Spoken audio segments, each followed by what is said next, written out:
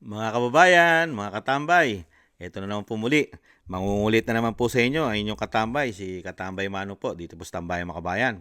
Samahan niyo pong muli, magkomentuhan po tayo at komentuhan po natin ang mga issue po sa ating bansa, mga kababayan.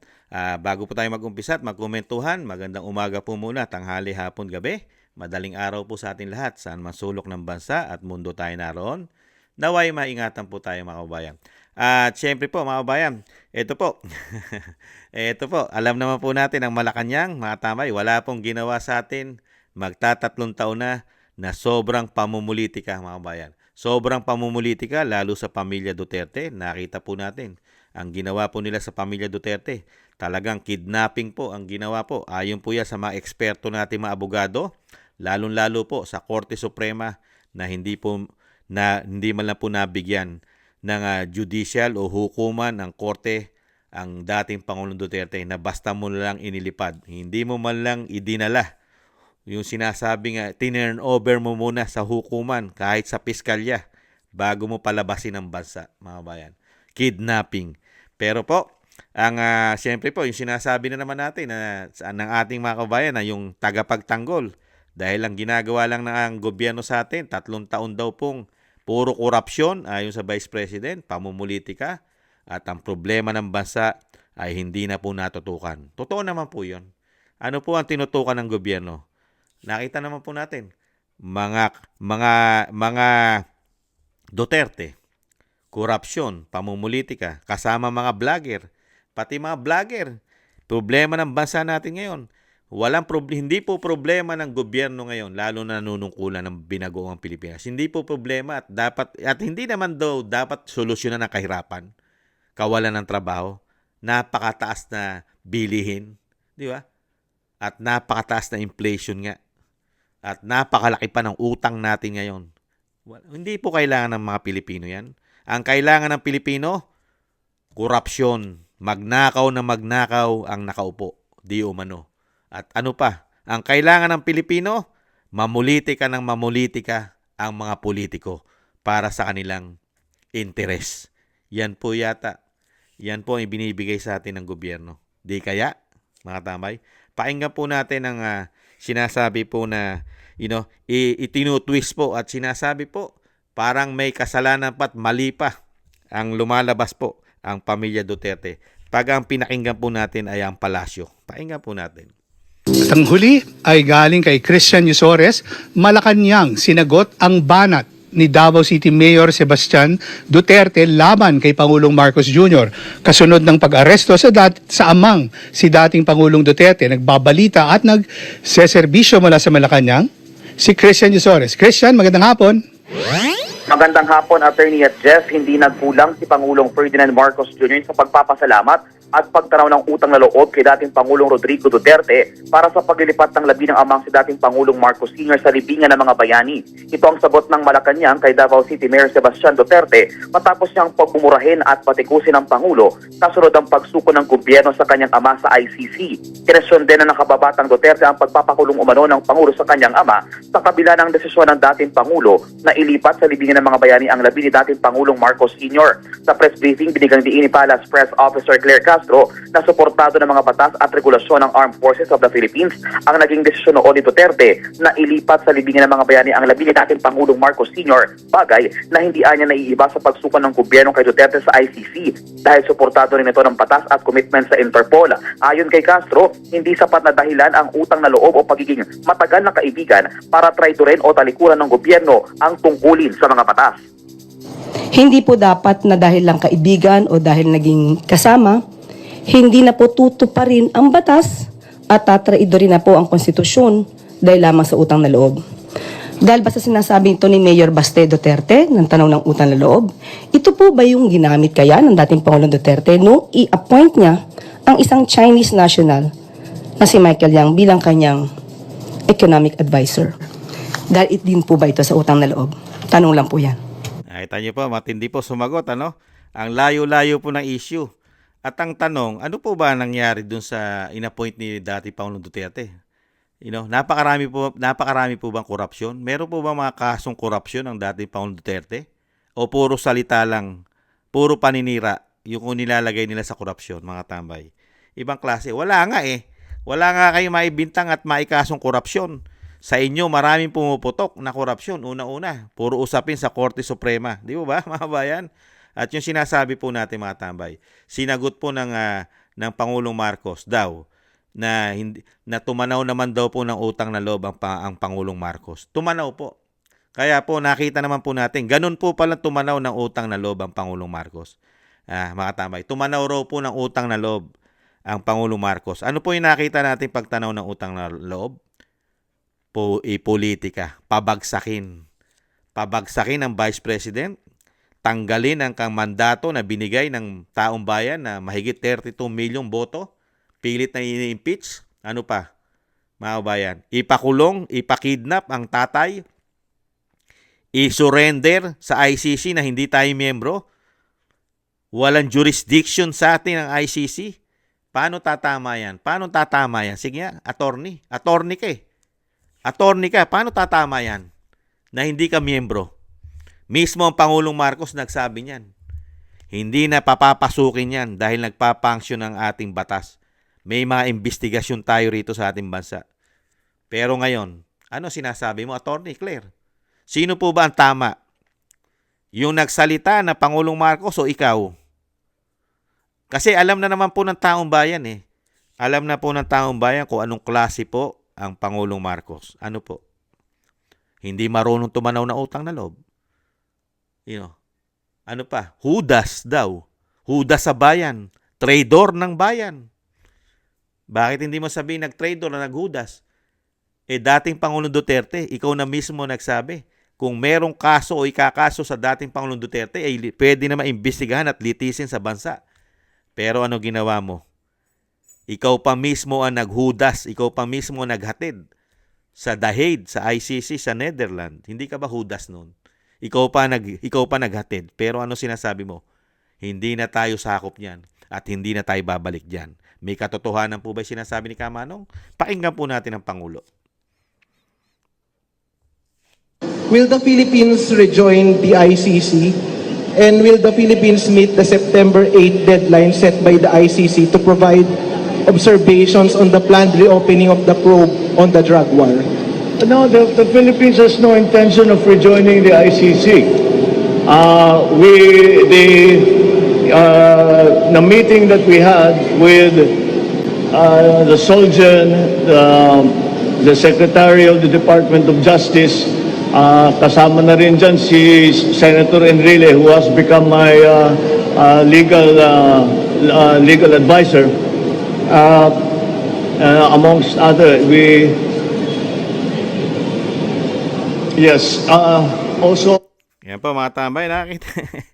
Hindi na tayo miyembro at hindi na tayo babalik ayon mismo sa Pangulong Marcos.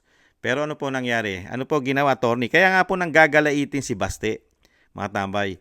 Sa kabila po na talagang wala naman pong ginawang pagkakamali at wala naman pong ginawang mali sa pamilya Marcos, ang pamilya Duterte. Bagkus ang pamilya Duterte pa ang maraming ginawang tulong, pabor sa kanila.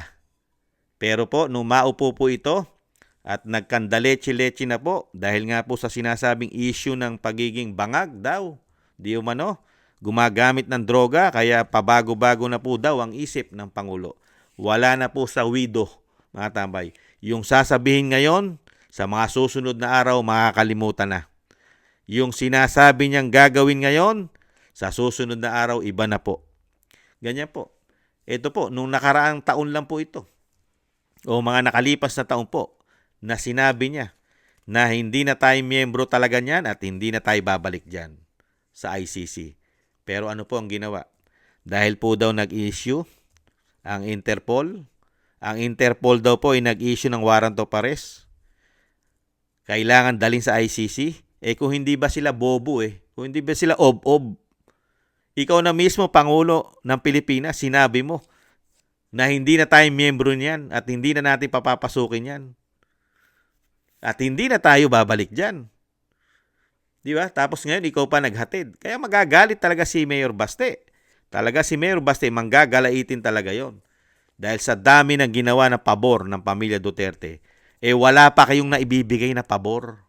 Meron po ba kayong naibigay na pabor sa mga Duterte? Sige nga. Ang mga Duterte ay nanalo dala ng taong bayan, hindi dala ng loyalista. Taong bayan na nagbitbit dyan, lalong-lalo po ang ating mga kababayang OFW. OFW po. Dahil sa katunayan po, hindi kayang magpanalo. Never. Hindi po kayang magpanalo sa national ng loyalista. Real talk po. Meron po kasing patotoo at may katunayan po na hindi kayang magpanalo ng loyalista sa national. Hindi. Pag wala pong suporta ng Mindanao, Bisaya at lalong-lalo suporta ng mga Duterte. Malabo po yun. Dahil po tumakbo po yung Vice President. Ang kalaban niya po ay si Vice President Leni Robredo. Hindi nga po nanalo yan. Nasaan yung sinasabi yung napakaraming loyalista na nagpapanalo? Mismo nga yung mismong ginodiyos ng loyalista hindi nanalo. Kaya nga po, katarantaduhan po yan, kabobohan po yan. Yung sinasabi nila napakaraming sumusuport at nagpapanalong loyalista. Hindi po nilang kaya magpanalo, mga kabayan. Never. Dahil po, alam po natin, mga kabayan, tanging mga Duterte lang po ang nagbigay ng malaking pabor sa Marcos. Dahil po sila'y kinamumuhian po sila ng taong bayan sa napakatagal na panahon dahil sa ginawa po ng kanilang ng kanilang ama. Di ba? Napakaraming extrajudicial. Di ba? Diktador. Di ba? History na po yan eh. Napakaraming daw ninakaw. History na po yan. Di ba? Martial law. Walang ganyang history ang dating Pangulong Duterte. Isang damukal na issue na matagong yaman. Di ba? Napakaraming kroni. Di ba? History po nila yan. Ganyan po ang history nila. Wala pong history na ganyan ng pamilya Duterte. Mga kabayan, puro pabor po ang binigay nila sa Marcos at wala pa pong ibinibigay. Wala pong natatanggap na utang na loob na ibinibigay pa sila sa mga Duterte. Ito po ang pagtanaw nila ng utang na loob. Ito. Yung ginawa po nila panggigipit kay BP, yung panggigipit sa pamilya Duterte at lalong-lalo na yung paghuhudas, pagkakalulo, pinagkalulo, hinudas. Hinudas po ang ating bansa, pinagkalulo ang dating Pangulong Duterte sa mga banyaga na hindi pa tayo miyembro at wala pa pong jurisdiction sa ating bansa. Nagpapakabobo lang po si Atty. Claire. Mga tambay. Nagpapakatanga lang po ang isang abogada. Nagpapakabobo lang po. Paano po tatama ang sasabihin ni Atty. Claire? Sige nga, paano tatama yan? Kung yung mismong Pangulo ng bansa natin nagsasabi na walang jurisdiction sa atin yan, hindi tayo kasapi niyan, tapos maniniwala tayo kay Atty. Claire? Sasabihin niya sa kanyang mga sa presscom niya, dito sa PCO, yung mga kanyang pahayag, yung kanyang mga birada sa mga Duterte. Kailan po tatama? Sige nga. Kailan tatama ang ICC ay hindi tayo miyembro? Paano tatama yan? At hindi walang jurisdiction sa atin yan. At kailan tatama na baliwalain mo, i-bypass mo ang ating judicial? Sige nga. Paano tatama yung Atty. Claire? Yung pag-aresto nyo na ginawa ng gobyerno? Sige nga. I-bypass nyo ang judicial natin, ang ating mga hukuman at ang ating korte. Ano po ang ginamit nyo? Lumalabas na po ang katotohanan ngayon. Ang ginamit nyo po ay ang DOJ, Department of Justice po ang namuno. Kasama po ang ating puwersa ng gobyerno. Dahil yung sinasabi nyo Interpol, paano At kailanman na hindi tatama na mag-search ka ng warrant of arrest, cellphone lang ang dala mo. Cellphone, babasahin mo lang, cellphone. Tapos ang bibigyan mo ng warrant of arrest, isang judge, isang piskal, isang dating Pangulong Duterte, isang dating Pangulo, ganun. Paano tumama yan? Katarantaduhan at kabobohan yan. Kaya nga po nakita po natin kay Atty. Claire, sa sobra pong pagtatanggol, pinagtatanggol po ang mali, mga tambay. Pilit pong itinatama ang mali. Kaya po, sinusuka na po sila ng taong bayan. sa sobra po nilang ginagawang kasinungalingan at ginagawang bobo tanga mga Pilipino, ang kapalit po ay isinusuka na po sila at kinamumuhian ng taong bayan sa ginawa nilang pagtitrador, paghuhudas sa ating pamahalaan at syempre po sa dating Pangulong Duterte, mga kabayan. Kaya yan po mga kabayan, yung ginawa ni Baste, nakita po natin mga kabayan. Ipinagmamalaki pa ng pamahalaan, lalo na Pangulong Marcos daw, na marunong silang tumanaw ng utang na loob. At tumanaw daw sila ng utang na loob, lalo-lalo na nung maipalibing ang kanilang ama, mga tambay. Tumanaw naman ng utang na loob. Nakita naman po ng Pilipino. Nakita po ng Pilipino kung paano po tumanaw ng utang na loob ang pamilya Marcos.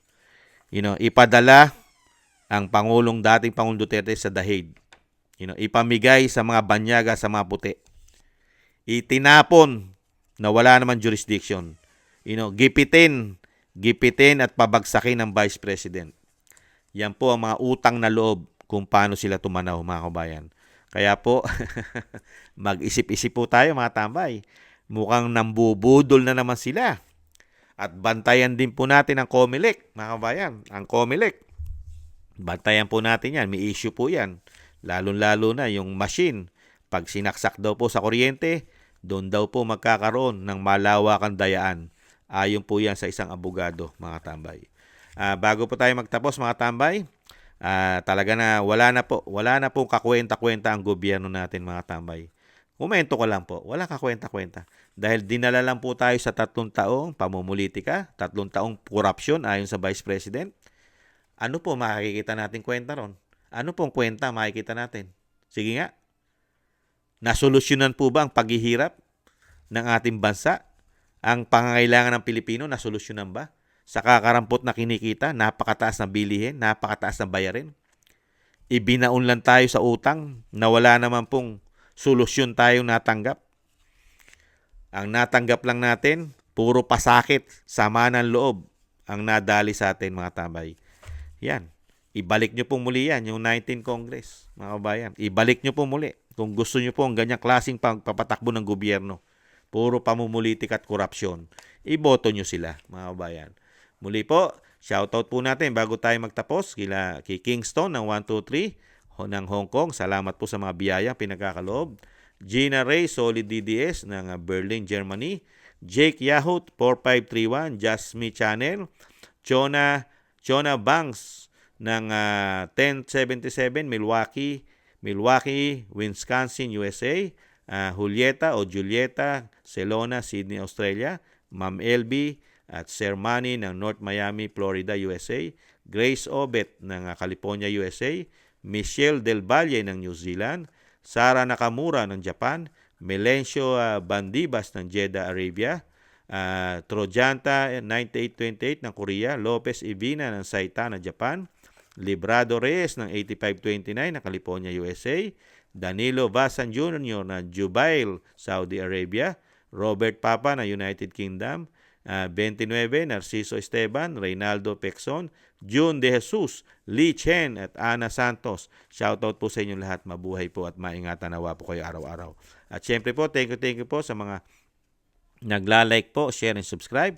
At syempre po sa mga syempre po sa mga gusto po ng ating tambayang makabayan sa YouTube at TikTok. At syempre po, i-shoutout na rin po natin ang ating mga kabayan sa buong bansa, sa buong Pilipinas po. At syempre po sa buong bansa, sa buong mundo.